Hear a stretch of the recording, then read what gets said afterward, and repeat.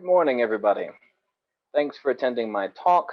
I'm Zach Brunson, and today I'll be covering a new yield criterion for triclinic-asymmetric yielding that implicitly describes anisotropy and distortional asymmetry. I'll be motivating a new criterion, and then I'll discuss developing a yield theory in a six-dimensional geometric sense, and then demonstrate convexity geometrically, followed by some experimental results. So to motivate a new yield criterion, this is one of my favorite slides to present. Both of the samples that you're going to see compression tested here were wire EDM'd from an as-printed Inconel 718, a nickel-based superalloy, and the 3D printing method was laser-sintered powder bed fusion. The two samples are behaving extremely different from one another. Although they were wire EDM'd from the exact same block of 3D printed material, the left video has the build direction in and out of the page, and the right video has the build direction left to right in the screen. Now, the reason that the two samples behave so differently from one another is the anisotropy and asymmetry within the material system, something that we definitely want to understand if we're going to be able to accurately describe or predict how a material might behave. So where does one start? We'll start by looking at some of the previous theories that have existed, and there's several of them. They may fall into the category of isotropic or anisotropic, symmetric or asymmetric, or some combination of the above. The designation that I'm interested in falls into two basic types, either explicitly defining the anisotropy or implicitly defining the anisotropy. So, explicit anisotropy means that we are defining the anisotropy within the invariant function or the yield function itself. This essentially means we are stretching or warping the hypersurface to account for anisotropy. Implicitly defined anisotropy, rather, embeds the anisotropy within the state variable directly, that is, modifying the stress or strain space, essentially warping the underlying coordinate frame to account for the same anisotropies as in the above video. Now, there are a couple of limitations for existing criteria. Explicit anisotropy, when accounting for asymmetry, requires 6th-order structural tensors with 729 components, making it unwieldy at best. Implicit anisotropy, in order to account for asymmetry, the current state-of-the-art functions are limited to axial asymmetry, so they can't handle asymmetry in shear, for example, and they're limited to orthotropic characters, so they can't describe monoclinic or triclinic systems, making them incomplete, but making it a base upon which we can build an improved criterion. Now, the objective is to maintain the practicality of current implicit criteria, but to extend the capabilities to include greater degrees of anisotropic asymmetry and greater degrees of general anisotropy, such as triclinic character. Now, to develop a new yield theory, I did so in a 6-dimensional geometric space. So I'm going to start with a quick pretext on the dimensions themselves. Classic approaches, under the assumption of isotropy, identify 3 principal values of stress or strain and conclude that the yield surface necessarily needs to exist in 3 dimensions. The problem is this is all predicated on the equality at the right of the screen, that this tension compression state has the same constituent response as a pure shear state. When we consider anisotropy, we can start with that pure shear state as we did before, but in order to get the principal values, we have to rotate the stress space independent of the underlying material coordinate system. Now we can then write our stress cube so we can compare apples to apples. A pure tension compression stress state on the original material coordinate frame doesn't necessarily have the same constitutive response as one on this modified or rotated coordinate system. Therefore, our tension compression state and our pure shear state don't necessarily have the same constitutive response as if it was isotropic.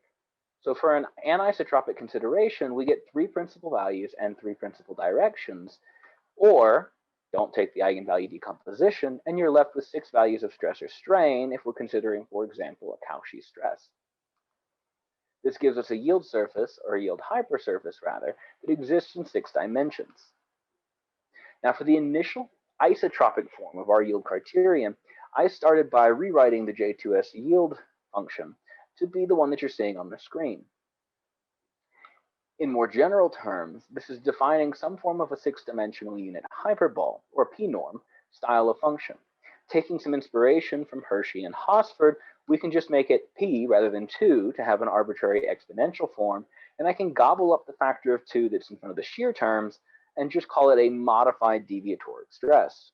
This gives us exactly a six-dimensional unit hyperbole. Now in 2D, this is what that hyperbole looks, or this is what that unit ball looks like as we modify the exponent. It allows us to basically define the sharpness and the general shape of the isotropic function that would capture the yield behavior. Now to introduce asymmetry into the function, we want to independently stretch or warp one side of the hypersurface independent of its mirror image. Implicitly, this is basically saying that we are compressing or stretching the positive or the negative sense of the coordinate space independent of the opposing side.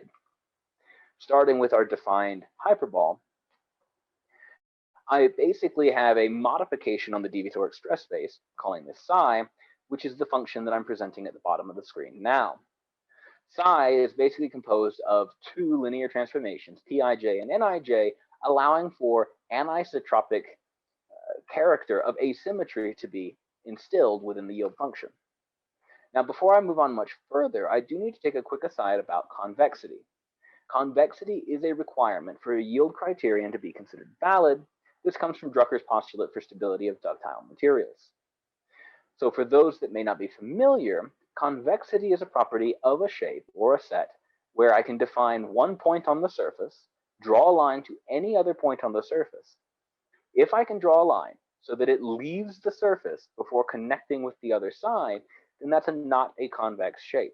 If every such line stays within the surface, then it is a convex surface. So now we can actually talk about triclinic behavior. Triclinic behavior is essentially changing the angles between the coordinate directions within the underlying stress or strain space. Now, this angular distortion implicitly equates to a shearing effect on the hypersurface explicitly, as you're seeing in the videos now. However, if we try to introduce an asymmetric triclinicity into the function, this means that we're independently modifying the angles in a positive and negative side of an angle pair, meaning that we're allowing kinking within the surface to be generated, which produces a non-convex surface, and that's obviously a problem. To get around this problem, I developed a triclinic asymmetric transformation by using multiple steps, starting by applying a triclinic transformation to orthopatrize the stress space, which I'm showing on the screen now, followed by an application of an orthotropic asymmetric transformation, the one that was mentioned before, but now requiring P and N to be strictly diagonal transformations, and step 3, where we define the unit ball as we did before. Now, using this stepwise methodology, we get a bonus. We can immediately account for accumulated kinematic hardening by adding a step 0. By center shifting the hypersurface, we can account for Bauschinger effects using the function at the right. Then we can orthopatrize as we did before, symmetrize as we did before, and finally define yield with the unit ball as we did before. Now we need to demonstrate that the new function, or this composition of several functions, has a convex property. And I'm doing so geometrically. Classically, again, convexity is this requirement for the yield criterion to be valid. And conventional convexity proofs act in the 3D eigenspace and require the Hessian to be positive semi-definite. Now, there are a couple of problems with this approach for our specific function. We need to act in the 6-dimensional stress space because that's where our new function is defined.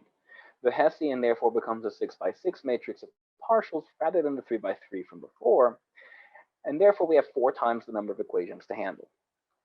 And the partials of this function are not very nice, making it difficult to draw intuitive connections between the restrictions that need to be placed on individual components or individual parameters within the function. So I developed a new approach, essentially this geometric approach where we first convert the implicit form to an equivalent explicit form, giving us a physical geometry upon which to work, then splitting the elastic region into individual orthants, proving convexity within each orthant, and finally demonstrating the convex unions, essentially stitching the hypersurface back together across one hyperplane at a time. Now, before I really dive into this, just quickly again, the explicit functions are what you're seeing on the top, where we're stretching or otherwise warping the hypersurface, and the implicit form is modifying the underlying coordinate system, which is the form in blue. Now, by reversing the implicit transformation on both the basis and the set, I can produce the same explicit transformation as the implicit form had done. Therefore, the explicit function is simply the inverse of the implicit. And the order of operations, the order of transformations, necessarily reverses. So implicitly, we started with a center shift, orthopatrized, symmetrized, and then defined yield as the unit hyperball, moving from top to bottom on the screen. Explicitly, we would start by defining the unit hyperball as our initial isotropic criterion, giving us a geometry to work with. Then we symmetrize, orthopatrize, and center shift, moving from bottom to top. Now, this is useful to switch over to the explicit form because really the only part of this process that we're interested in demonstrating convexity for is the symmetrization step. Center shifting won't change the convexity, and the orthotropization step is simply a linear transformation. So by moving closer to the beginning of the transformation, that which we want to demonstrate is convex, we can simplify the analysis. Next, now that we have this explicitly defined geometry, we're going to divide it into orthants. Now, the orthants are essentially in dimensional sense of a quadrant or an octant. For this slide and the ones that follow, I'm actually going to use a 2D representation, so quadrants, just to make the visualization a little easier. Now, to demonstrate Orthant-wise convexity, this is actually a fairly simple step. The transformation in full, which is on the first line, does look ugly, but I can bundle that into an operator that I'm going to call baby psi ij, operating on the orthopatrized stress omega. Baby psi ij is just essentially a piecewise function that's giving you either pij or nij, depending on which orthant you are in. Now, those are each linear transformations, meaning that our function is just a linear transformation within each orthant. So within each orthant, the linear transformation preserves convexity. Now we need to stitch it together. We've demonstrated it's convex in each orthant. Now we need to demonstrate a union of two adjacent orthants remains convex. And then the repeated unions of adjacent superorthants also preserves convexity. Now, to do this, I don't want to dive into all of the mathematics on screen here. Rather, I'm going to do a kind of a top-down explanation, starting with kind of the linchpin argument here, which is what I'm calling the shadow effect. Basically, within a unit ball or a unit hyperball, I can take the orthogonal projection of every point within the ball onto any hyperplane HK that passes through the origin that is perpendicular to one of the coordinate directions, and all of those projected points will fall within the unit hyperball itself. Essentially, if I were to take a sheet of paper and place it on hyperplane HK, intercepting the unit hyperball through the origin and perpendicular to the coordinate direction K, I can shine a light along the direction K, and all of the points, all of the shadows of all of the points, will stay within the unit ball. I'm not going to see a shadow on the paper. Now, this effect, this shadow effect, is preserved by our orthotropic asymmetric transformation. Essentially, if I were to define any point within the left set or the right set, so Q minus plus or Q plus plus, those points and the line that would connect them from one set to the other can be projected onto this Q0 plus region, which is the intersection of the two sets. Now, I can use this property to demonstrate convexity by definition.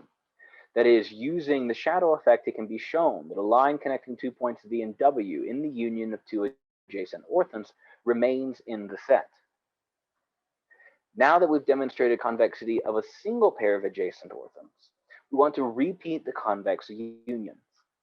Now, the shadow effect can be shown to be preserved by the union of two adjacent orthants across a new hyperplane, in this case, HJ. Therefore, the same argument can be used and the superorthants can be repeatedly joined together. Now, in this 2D example, we're done.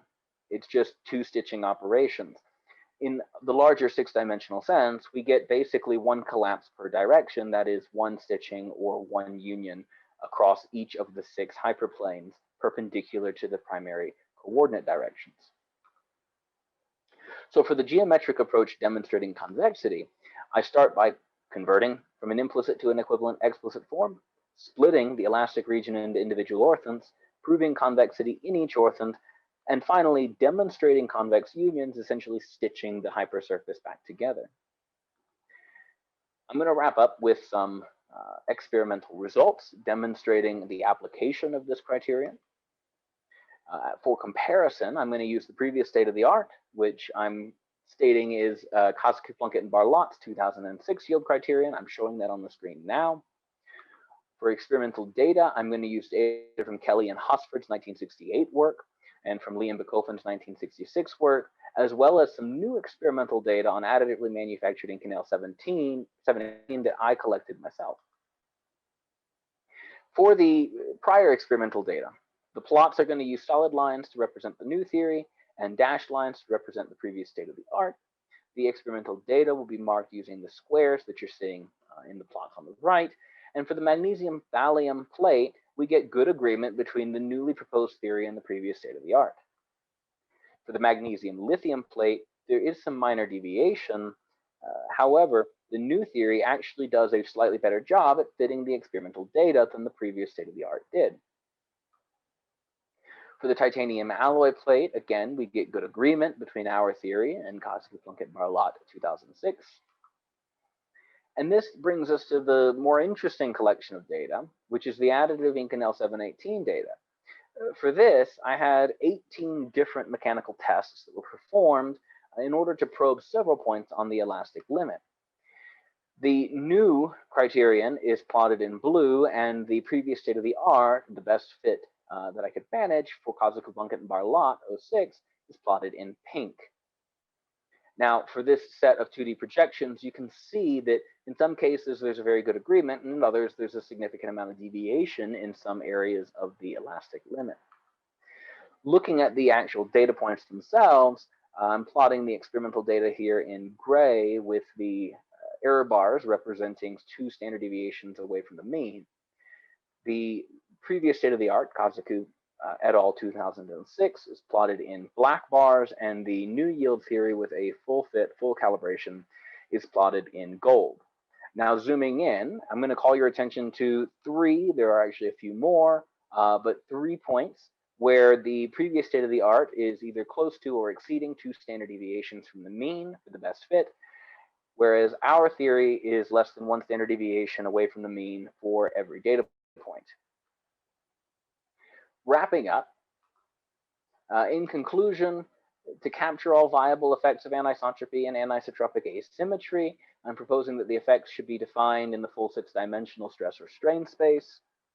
Then I'm developing an anisotropic asymmetry using fully implicit functional forms. The new yield criterion can handle anisotropic asymmetry up to orthotropy, as well as overall anisotropy up to triclinicity. And I also developed a new geometric approach for demonstrating convexity and presented it, used it to demonstrate convexity for the new theory.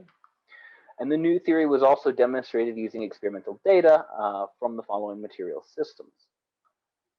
As far as future investigations go, further mechanical tests are definitely warranted to probe the regions where we have large deviation between the current state of the art and the newly proposed theory. We should also investigate applications to composite materials and look at applying the mathematics to shape memory materials. And the work can be extended by including associated plastic flow in order to answer the questions of whether pointing or Swift effects exist in AM Inconel 718, and can the calibrations produced be achieved in such a way to quantitatively model these effects if they exist. I want to wrap up by thanking my research group, as well as all of my funding sources for the research, specifically the Air Force Research Lab and the Army Research Lab. Thank you for your time.